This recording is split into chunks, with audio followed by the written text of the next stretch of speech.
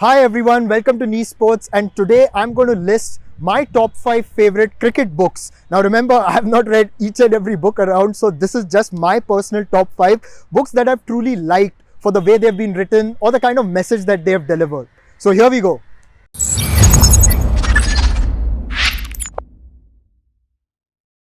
At number 5, I have Jonny Bairstow's A Clear Blue Sky, and it tells you the story of a young boy who lost his father early and then yet went on to become a cricketer and represent England at the highest level. Remember, Jonny Bairstow's father David was also an England player but unfortunately committed suicide in the 1990s, and Jonny Bairstow was really young then, but even after that he went on to chase his dream of becoming a cricketer supported by his mother and sister. This story tells you about how a family overcame all those odds and how Bairstow went on to play for England and become a really good cricketer for them.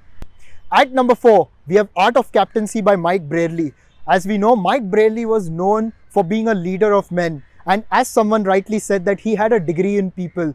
So Brearley was not known as much as a batsman, but he was known for being a captain, and England used him for his leadership skills. The Art of Captaincy discusses various forms of leadership. It discusses various tactics related to cricket. But then if you want to learn about leadership, man management, this book is something you should read.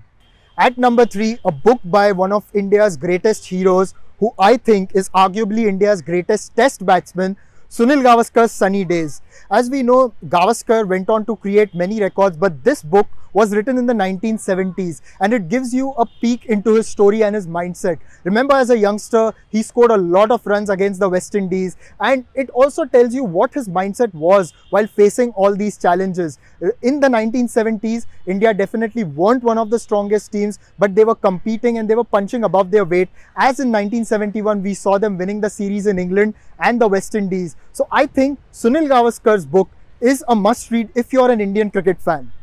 At number 2, we have Good Murungu by Alan Butcher.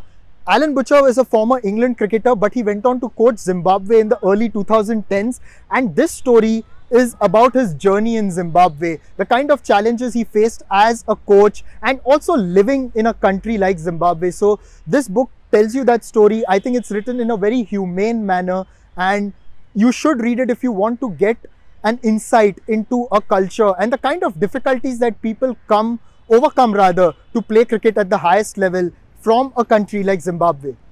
At number 1, this book is written by Rahul Bhattacharya and it's pundits from Pakistan. Rahul Bhattacharya is known as one of the finest writers in Indian sports, and I think this book is definitely a proof of that because he documents his journey during India's tour to Pakistan in 2004. India toured that country after a really long time, and the kind of love and affection that the Indian team got, or even Indian fans who traveled across the border got, is rather a stuff of folklore. And this book documents those stories and also stories about different Pakistani cricketers that he met during his journey in Pakistan. The way it is written is definitely an example for any budding sports writer. So it is there, right up there in my list. So this is my list. Let me know what's yours in the comments below, and let's see how many books we share in common.